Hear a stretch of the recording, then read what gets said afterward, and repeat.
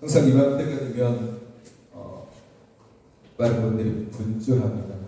특히 농사짓는 분들에게 있어서 4월 말 5월달은 굉장히 중요한 시기죠. 모내기도 지금 보니까 대부분의 모내기가 다 거의 끝났고 고추 심고 오이 심고 가지 심고 토마토 심고 그렇죠. 그래서 굉장히 피곤합니다. 어떻게 보면은 농사 짓는 게 전쟁터랑 비슷한 것 같아요. 농번기 때가 보면 거의 전쟁터를 방불케 할 정도로 굉장히 힘듭니다. 왜냐하면 농약도 줘야 되고 풀도 뽑아야 되고 씹고 또 지질 때 박아야죠. 물도 대야 되죠. 줄도 떼야 되죠. 고추를 심으면 고추 발장도 따야 되고 박아야 되고 일을 시작하면 끝이 없어요. 풀을 뽑고 뒤돌아서면 또 풀이 자라고 그러잖아요. 굉장히 힘듭니다. 제가 우리 교회의 텃밭을 보시면 아시겠지만 나름 이것저것 씹혀져 있어요. 농사 전문가들 보시면 되게 하찮게 보일 수도 있지만 나름 열심히 심었습니다. 제가 뚜껑을 씹고 지지대를 띄우고 줄을 띄우는데 그때가 화요일 되었던 것 같아요. 화요일 날 지지대를 이렇게 세우고 난 다음에 저는 이제 남들이 일하지 않을 때앞에 일을 하는 걸 좋아해요. 땀 좀 흘려야지. 근데 그날은 열심히 지지대를 받고 난 다음에 더워서 잠시 쉴 겸 해서 우리 교회 네트나무 데크에 앉아가지고 커피를 마셨습니다. 의자에 앉아가지고 제가 일했던 곳, 지지대를 박았던 곳, 그리고 마을의 풍경들을 이렇게 쓱 들여다보니까 네트나무 아래에 바람이 불고 그늘이 젖고 굉장히 시원해요. 굉장히 좋습니다. 여러분들 주중에 피곤하고 힘들 때 오셔가지고 앉아있으면 굉장히 기분이 좋으실 거예요. 힐링도 되고 좋습니다. 그곳에서 밖을 이렇게 쓱 바라보잖아요. 정말 아름답고 평화롭다는 생각이 들어요. 방금 제가 저기서 말뚝 박으면서 지지대를 박으면서 땀 뻘뻘 흘리면서 있었던 그것도 니트나무 그늘 아래에서 바라보면 굉장히 아름다워. 풍경이 되게 좋네, 멋있네, 이런 생각이 든단 말이에요. 근데 이 니트나무를 벗어나서 다시 그 자리로 가잖아요.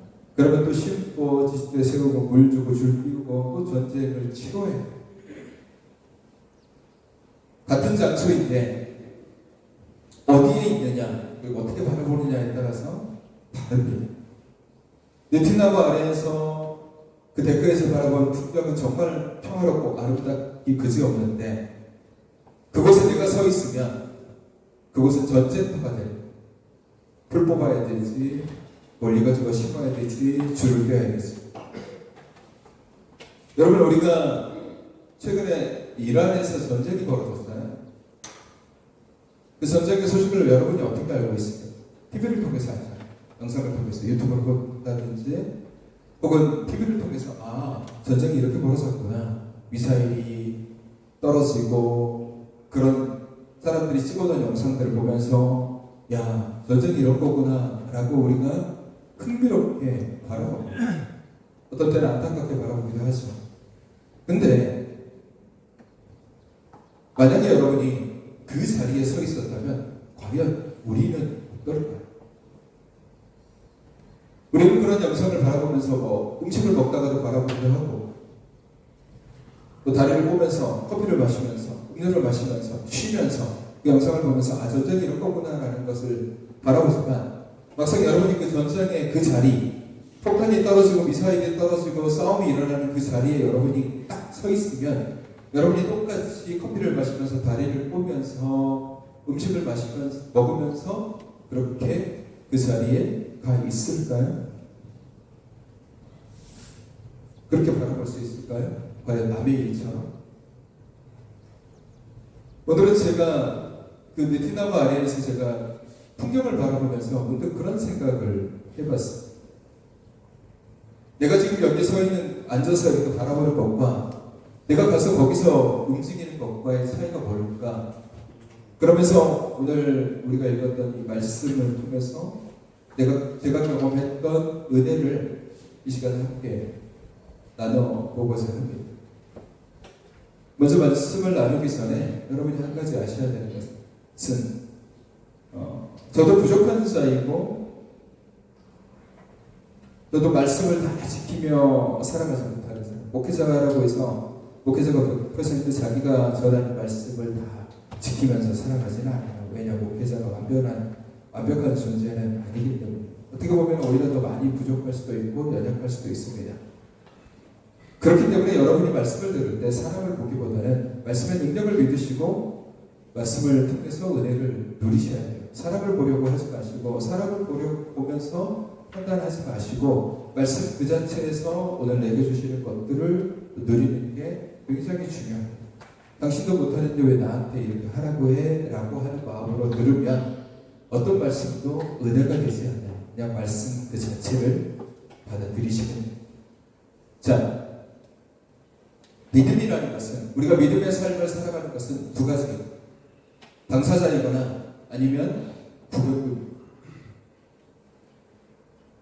내가 직접적으로 믿음의 삶을 살아가거나 아니면 내가 믿음의 삶을 살아가고 있는, 혹은 어떤 삶을 살아가고 있는 사람들을 그냥 단순하게 부경함을 통하여서 그냥 관망하고 있는 그런 사람, 두 가지 중에 하나입니다. 사실 우리는 내가 경험하지 않는 것에 대해서는 굉장히 무덤덤하게 바라볼 때가 많이 있어요. 내가 직접적으로 경험하지 않는 것에 대해서는 크게 마음에 와닿거나 깊이 생각하거나 혹은 별로 크게 대수롭지 않게 바라보는 경향들이 많이 있습니다. 우리가 주위를 돌아보면 우리 주변에도 아픈 사람들이 얼마나 많습니까? 그러니까 육체적으로 아픈 것뿐만 아니라 정신적으로도 그렇고 혹은 삶의 여러 가지 과정 속에서 굉장히 힘들고 고단한 인생을 살아가고 있는 사람들이 굉장히 많습니다. 그런 사람들을 바라보면서 드는 생각은 안타깝다라는 거예요. 안타깝네. 근데 그 안타까움이 얼마나 될까요? 얼마나 될까요? 타인의 관점에서 다른 사람을 바라볼 때는 그냥 타인의 관점일 뿐입니다. 마치 우리가 영상을 통해서 전쟁을 바라보듯이, 마치 베트남 아래서 태양빛이 내리치고 있는 그것을 바라보듯이 그냥 우리가 남을 바라보는 것도 우리가 그럴 수 있습니다. 왜냐하면 내가 아니니까. 저 사람 왜 아파하는가? 저 사람 왜 슬퍼하는가? 저 사람 왜 이렇게 괴로워하는 거야? 남일이니까 별거 아닌 것처럼 생각하고 내일이 아니니까 그렇게 아파할 일인가 라고 생각하는 경향들이 많아요. 그러니까 내일이 아니니까 사람들이 크게 신경 쓰지 않아요. 왜 내일이 아니고? 전쟁이 벌어지는 것도 내가 우리 동네에서 전쟁이 벌어지는 게 아니잖아요. 불이 났어요. 산불이 크게 났어요. 우리 동네에서 산불이 크게 나지 않았으니까 그냥 영상을 통해서 불이 많이 났네 라고 하면서 끝이네. 철저하게 우리는 어떻게 보면은 구경꾼의 모습으로서 세상의 모든 것들을 바라보는 경향들이 있습니다. 내가 아프지 않으니까 외면하고 별거 아닌 것처럼 바라보게 되는 거죠. 우리가 가끔 차를 운전하다 보면 앰뷸런스가, 구급차가 지나가는 사이렌 소리를 듣게 됩니다. 그러면 자동적으로 구급차가 지나가는구나, 그럼 내가 비켜줘야지 라고 하면서 구급차가 빠르게 지나가도록 내가 비켜줍니다. 근데 가끔 TV를 보면 그럼에도 불구하고 비켜주지 않는 사람들이 있어요. 구급차가 사이렌을 울리면서 급하게 비켜달라고 그렇게 방송을 함에도 불구하고 그냥 앞에서 후끈하게 안 비켜주는 사람들이 있어요. 가끔 TV에 나오는 사람들을 보면. 물론 그 중에 여러 가지 생각이 있겠죠. 내가 나와 생각하는 사람들도 있거나 혹은 저 구급차는 응급사자가 들어있지 않은 가짜일 수도 있다라는 생각 혹은 급하지 않은데 왜 내가 비켜줘야 돼? 라고 생각하는 사람들도 있을 겁니다. 가끔 차선 응급차가 가짜 사이렌을 울리고 다니다가 벌금 받았다라는 그런 뉴스를 본 적이 있기 때문에 그래서 의심을 가지고 비켜주지 않은 경우들도 있는데 대부분은 왜 비켜주지 않는가? 나랑 상관없으니까 비켜주지 않는 거예요. 저 응급차에 타고 있는 사람들이 위급해요. 그럼에도 불구하고 나랑 상관없기 때문에 나랑 상관없는데 내가 왜 비켜줘야 돼? 내가 왜 굳이 그런 일을 감행해야 돼? 라고 하면서 비켜주지 않습니다. 근데 만약에 그 구급차 안에 타고 있는 사람이 자기 자신이나 혹은 자기의 가족이라면 어떨까요? 제가 20살 때쯤에 저희 작은 아버님이 갑자기 쓰러지셔가지고 응급실, 안양에 사셨는데 서울에 있는 큰 병원으로 응급으로 이렇게 가게 되었습니다. 근데 제가 그 서울에 있는 큰 병원으로 가는 응급실, 응급 차량에 어떻게 하다 보니까 제가 그 차량에 타게 된 거예요. 그 차량에 타고 이렇게 가다 보니까 안양에서 서울로 그때도 비가 조금 왔었는데 저녁 무렵이었었는데 너무 답답하더라고요. 차가 잘 안 비켜져요. 그러니까 이 응급차가 신호위반도 하고 중앙선 침범도 하면서 이렇게 가는데 앞에 차가 뻔히 옆으로 비껴나오면 그냥 쓱 지나가면 될 텐데 안 비껴준단 말이에요. 안 비껴줘요. 왜 안 비껴줄까? 자신과 상관이 없기 때문에 사람들이 거기에 대해서 신경을 쓰지 않는다라는 거예요.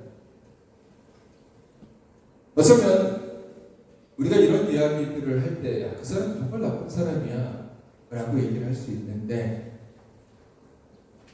꼭 그런 상황뿐만 아니라 우리가 사랑에 대한 이야기를 할 때 사랑, 그리스도에 대해 사랑 그것을 이야기할 때 어쩌면 우리가 굉장히 이기적이고 자기중심적인 사고방식을 통해서 우리가 사랑을 하고 있지는 않는가라는 생각을 해봅니다. 오늘 주님께서 어떤 말씀을 하시냐면 가장 큰 계명에 대해서 얘기를 하십니다. 제가 이 구절에 대해서 설교 말씀을 몇 번 했는데 오늘은 조금 다른 관점에서 바라보는데 왜 주님께서 율법을 완성시키면서 하나님을 사랑하고 이웃을 사랑하라고 하셨을까에 대한 이야기들을 한번 나눠보는데 첫 번째 계명은 이겁니다. 내 마음, 내 목숨, 내 뜻을 다하여 하나님을 사랑하라고 명령하십니다. 그 말은 나의 모든 것을 다해서 하나님을 사랑하라. 어정쩡한 모습으로 믿음의 삶을 살아가라고 그렇게 얘기하잖아요. 한 발을 내딛고 한 발은 다른 곳에 내딛고 사는 것이 아니라 하나님을 사랑할 때는 나의 모든 것을 하나님께 드려서 사랑하라고 말씀하시는 거예요. 믿음은 하나님을 사랑하는 것에서는 뭔가를 남겨두는 게 아니에요. 요 정도 남겨두고 내가 요만큼 사랑해야지가 아니라 오늘 예수 그리스도께서 말씀하시죠. 내 마음, 내 목숨, 내 뜻을 다해서 사랑하라고 말씀하신 거예요. 아낌없이 하나님께 드리는 것이 하나님을 향한 사랑이에요. 아낌없이 드리는, 부족함 없이 드리는 거예요. 내가 가지고 있는 것을 다 드리는 것이 하나님을 사랑하는 거예요. 그게 첫 번째 큰 계명이에요. 자, 두 번째 계명은 내 이웃을 내 자신과 같이 사랑하라라는 말씀입니다. 오늘은 이 두 번째 계명에 대해서 우리가 조금 더 말씀을 나눠보고자 합니다. 자, 주님께서는 내 이웃을 사랑하라라고 말씀하시지 않았어요. 내 이웃을 사랑하라. 뭐라고 말씀하셨냐? 내 이웃을 내 자신같이 사랑하라고 말씀하셨어요. 그러니까 너 자신처럼 사랑하라. 이웃을 사랑할 거면 너 자신처럼, 너 자신을 사랑하듯이, 네가 너 자신을 아끼고 네가 네 자신을 사랑하듯이, 네가 너 자신을 위하듯이 그렇게 사랑하라는 겁니다.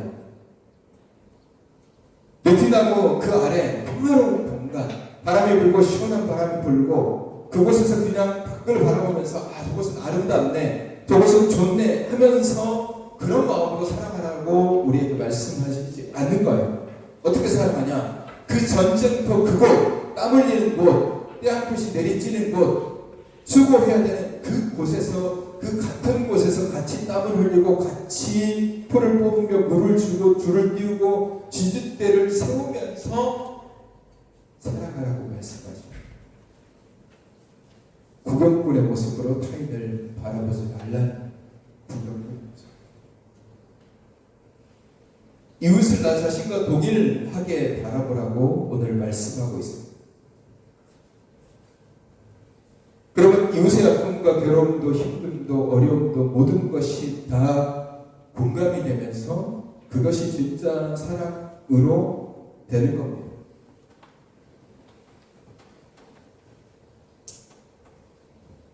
여러분, 이웃집 불구경 재밌죠? 그쵸? 어디 불났대 그러면 불구경이 생각보다 재밌어요. 왜냐면 내 집이 아니에요. 싸움 나면 싸움 구경 재밌어요. 왜? 내가 싸우는 게 아니야. 내가 맞은 것도 아니야.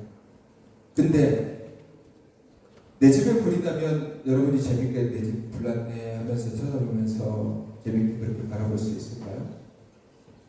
그 싸움이 나의 싸움이라면, 내가 재판해야 되는 싸움이고 내가 조사를 받아야 되는 싸움이라면 그 싸움도 즐겁게 흥미롭게 바라볼 수 있을까요? 그렇지 않다라는 거예요. 우리는 쉽게 남에게 감정이입을 하지 못해요. 왜? 내가 아니야. 근데 나 자신에 대해서는 굉장히 생각보다 쉽게 감정이입을 해요. 왜냐면 나니까요. 내가 아플 때는 죽을 것처럼 아프고, 내가 힘들 때는 죽을 것처럼 힘들고, 내가 괴로울 때는 죽을 것처럼 괴롭고, 내가 고통스러울 때는 세상 누구보다도 고통스러워요. 왜? 그게 나니까. 나라서 그런 거예요. 우리가 어쩌면 사랑을 관념적으로 바라볼 때가 있습니다. 사랑한다는 말은 하지만 그 사랑에 대해서 어떤 조건과 상황에 따라서 그 사랑에 대한 부분들이 달라져요. 조건이 충족돼야지, 어떤 상황이 충족돼야지, 내가 받아들일 수 있어야지 사랑한다라고 그렇게 대할 때가 많습니다. 이게 구경꾼의 모습입니다. 이게 구경꾼의 모습입니다. 여러분 아실지 모르겠지만 현대사회에서, 특히 우리나라에서 지금 기독교인들의 사랑에 대해서 굉장히 조롱을 많이 받아요. 왜 조롱을 많이 받을까? 왜 조롱을 많이 받겠습니까? 공감이 없어서, 공감을 하지 못하기 때문에 조롱을 받는 겁니다. 여러분, 나의 사랑이 왜 다른 사람에게 의해서 그렇게 깊게 받아들이지 못할까라고 생각해 보면, 내 사랑이 생각보다 공감을 얻지 못했기 때문에 그래요. 타인의 아픔에 대해서 공감을 갖지 못하는 사람이 어떻게 사랑에 대해서 논할 수가 있겠습니까? 공감이 없어요. 공감하지 않는다. 그냥 저거는 남의 아픔일 뿐이야. 저 사람은 그냥 저 사람이 아플 뿐이야. 이게 뭐냐면, 내가 사랑할 대상을 고르고, 내가 사랑할 방법을 고르고, 내가 사랑하고 싶을 때 사랑하고, 내가 사랑하고 싶지 않는 사람에 대해서, 대상에 대해서는 관심도 갖지 않는 것. 오히려 그 상태에서 끝나면 상관없는데 오히려 그런 사람들을 조롱할 수도 있다는 거예요. 내가 좋아하는 사람에게는 무한한 관심을 갖는데 그렇지 않는 사람에 대해서는 무관심이에요. 관심이 없습니다. 공감하지 않아요.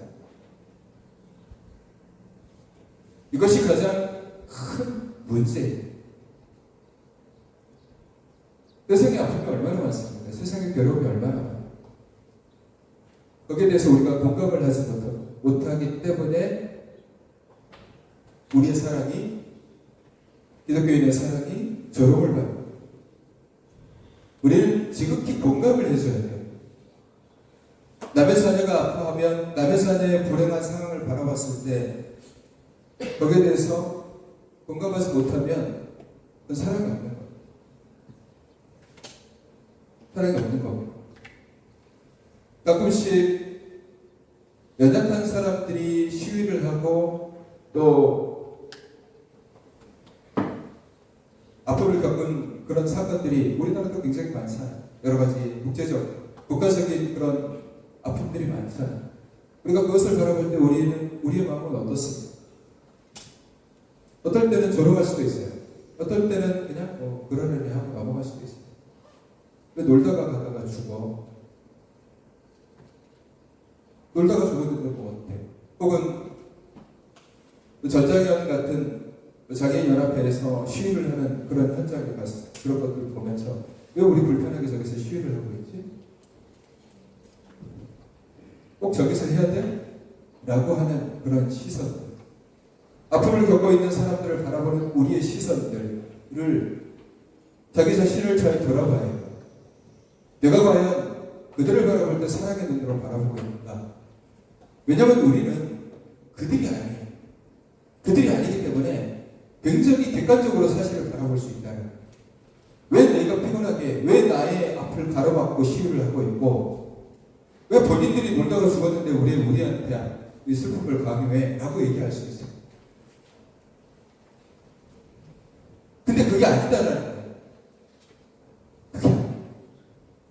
왜 주님께서 그냥 이웃을 사랑해 라고 얘기하시면 돼요. 이웃을 사랑하면 되지. 근데 왜 이웃을 내 자신과 같이 사랑하라 라고 말씀하셨을까요? 왜 이웃을 사랑할 때 너 자신처럼 사랑하라고 말씀하셨을까요? 네 자신처럼 대입을 해보라는 거예요. 저렇게 죽어간 사람이 네 자식이라면, 네 자녀라면, 너 자신이라면, 너 친척이라면, 저기 불편을 겪으면서 시위를 하고 있는 사람이 네 가족 중에 한 사람이라면, 그 사람이 그 불편함 때문에 시위를 하고 있다라면 그래도 똑같은 소리를 할 수 있을까? 왜냐하면 인간은 이기적이에요. 자기 자신만 생각한단 말이에요. 내가 불편하지 않으면 남이 불편한 것에 대해서 크게 신경 쓰지 않아요. 내가 아프지 않으면 남의 아픔에 대해서 극히 공감하지 않습니다. 인간은 굉장히 이기적이에요. 그래서 주님께서 이 큰 계명을, 두 번째 계명을 주신 거예요. 왜? 우리의 이기심을 알고 있기 때문에 그렇게 하지 마.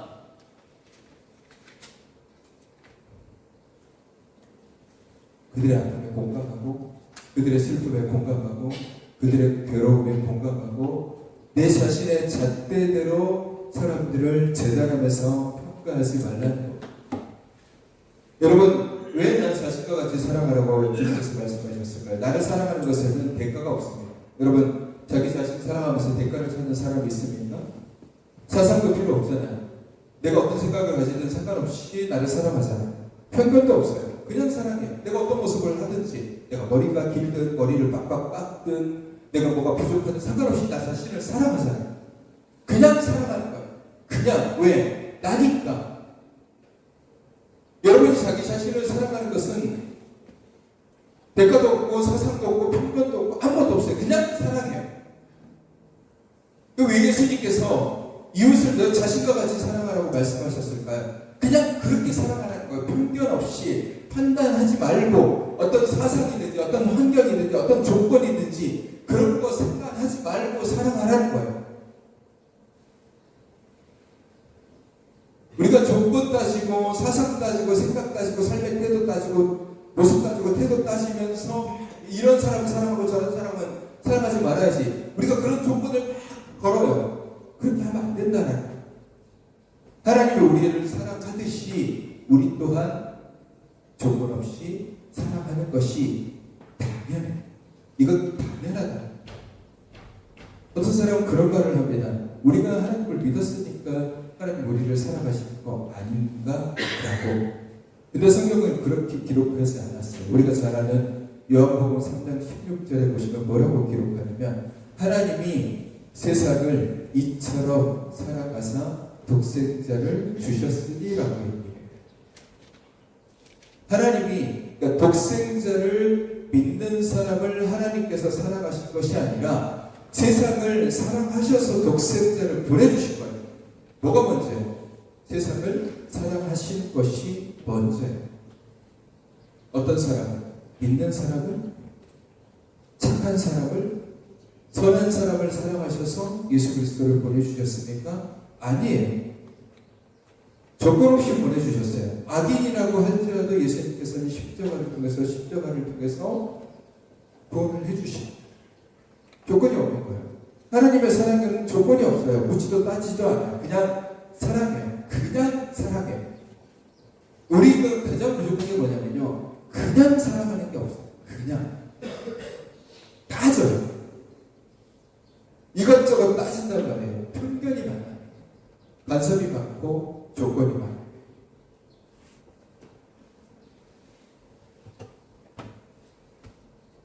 그래서 나 자신과 같이 사랑하라 라고 말씀하십니다. 여러분, 우리가 구경꾼이 되면 절대로 사랑할 수 없어요. 내가 구경꾼처럼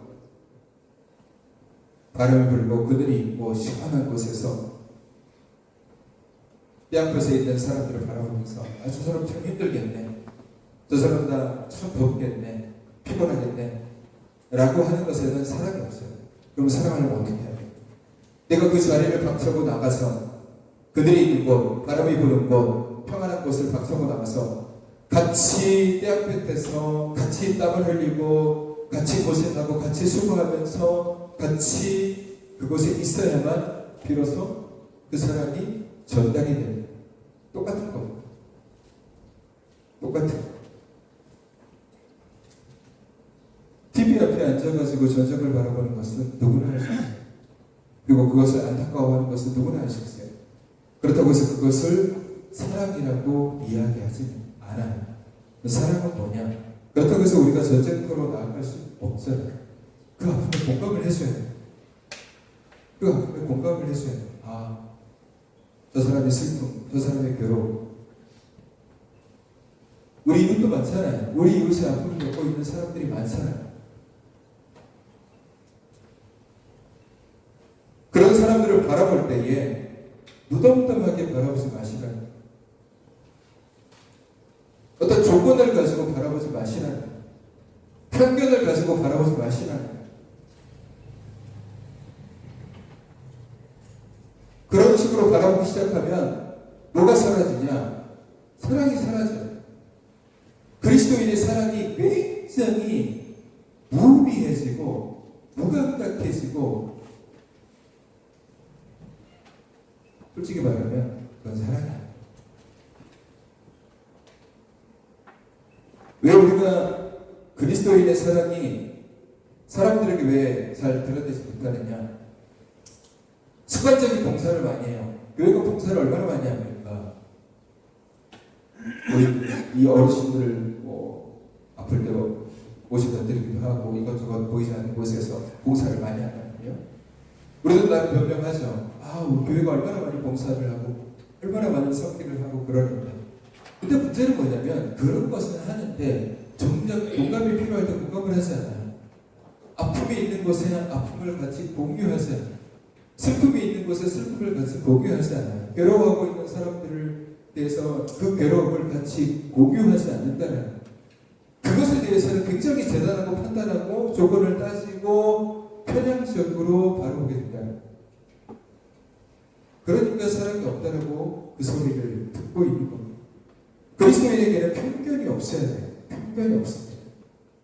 그래서 주님께서 말씀하십니다. 나를 사랑하듯이 사랑하라. 나를 사랑하듯이 사랑하라는,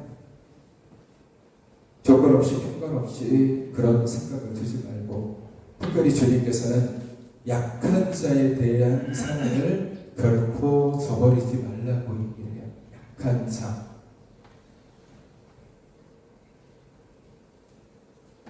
위에 있는 자가 아니라 아래에 있는 사람을 향해서 사랑하라고 말씀하십니다. 사랑은 위에 있는 자를 사랑하는 것이 아니라 아래에서 고통당하는 자를 향하는 것이 사랑이에요. 참된 사랑은 뭐냐? 조금이라도 이해하려고 노력하고, 조금이라도 공감하려고 노력하고, 조금이라도 포용하려고 노력하고, 조금이라도 받아들이고, 진정한 사랑이 시작이 되는 것입니다. 사랑하는 성도 여러분, 참된 사랑을 하십시오. 주님이 우리를 사랑할 때 조건을 가졌습니까? 여러분은 한 사람 한 사람 바라보면서 얘가 조건이 됐으니까 내가 사랑해주고 얘는 조건이 안 됐으니까 내가 사랑 안 해야지 라고 하면서 하나님 우리를 사랑하실 때 어떤 조건을 따지면서 사랑하셨습니까? 안 그러잖아요. 그냥 사랑하잖아요. 제대로 된 부모라면 자녀를 사랑할 때 조건을 따져가면서 자녀를 사랑하십니까? 얘는 공부를 못하니까 사랑 안 해야지. 얘는 얼굴이 못생겼으니까 사랑하지 말아야지. 얘는 대학을 못 갔으니까 사랑하지 말아야지. 얘는 직장을 못 다녔으니까 사랑하지 말아야지. 얘는 결혼을 늦게 했으니까 사랑하지 말아야지. 그렇게 우리가 자녀를 사랑할 때 어떤 조건을 답니까? 그렇지 않잖아요. 어떨 때 보면 자녀를 사랑할 때 내 자신보다 더 사랑하잖아요. 내 목숨을 내어줄지라도 자녀를 사랑하잖아요. 위기에 처하면 자녀를 구하기 위해서 부모가 뛰어들기도 하잖아요. 그게 사랑이잖아요. 거기에 조건이 있습니까? 어떤 상황 따지고 그렇게 사랑합니까? 아니잖아요. 우리의 사랑이 그래야 됩니다. 그래야 됩니다. 구강꾼의 자리에서 내려와야 돼요. TV 앞에서 내려와야 돼요. 어떻게든 그 자리에 가서 같이 울어주고 같이 공감하고 같이 슬퍼하고 같이 아파하는 게 필요합니다. 조금 불편하면 어때요? 누군가 자신의 불편함을 위해서 시위를 했어요. 그것 때문에 내가 10분, 20분, 1시간, 2시간 늦어지면 어떻습니까? 우리 인생이 멀어집니까? 아니잖아요. 기다려줄 수도 있고 공감해줄 수도 있고 만약에 내가 그 사람과 똑같은 아픔을 갖고 있다면 내가 똑같은 그 장애 때문에 나의 불편함을 위해서 내가 그렇게 투정을 하고 있다면 그런 나를 바라보면서 사람들이 손가락질을 하고 있다면 나의 몸은 어떨까? 그 심정을 우리가 이해하고 공감해줘야 된다. 누군가의 아픔도 마찬가지예요. 똑같은 거. 그렇게 살아가십시오. 저도 그런 사랑이 많이 부족하긴 한데 우리 같이 그런 사랑을 하자. 주님께서 그런 사랑을 하라고 우리에게 큰 계명을 주실 거예요. 하나님을 사랑하고 내 이웃을 사랑하라 라고 말씀하신 것이 아니라 내 이웃을 너처럼 사랑하라. 너가 너를 사랑하듯이 사랑하라 라고 말씀하고 계십니다. 사랑하는 성도 여러분, 그 사랑이 오늘 우리의 사랑이 되기를 원하고 주의 사랑이 나의 사랑이 되고 그 사랑이 강물처럼 흘러서 우리 이웃을 연약한 자들에게 아파하는 자들을 위로하고 세우고 힘을 줄 수 있는 그런 정말 그래서 그리스도인의 사랑을 사람들이 바라볼 때 저게 주님의 사랑이구나 저게 예수님의 사랑이구나 라는 것을 믿지 않는 사람들도 알 수 있도록 그렇게 사랑할 수 있는 저와 여러분이 되시기를 주님의 이름으로 축원합니다.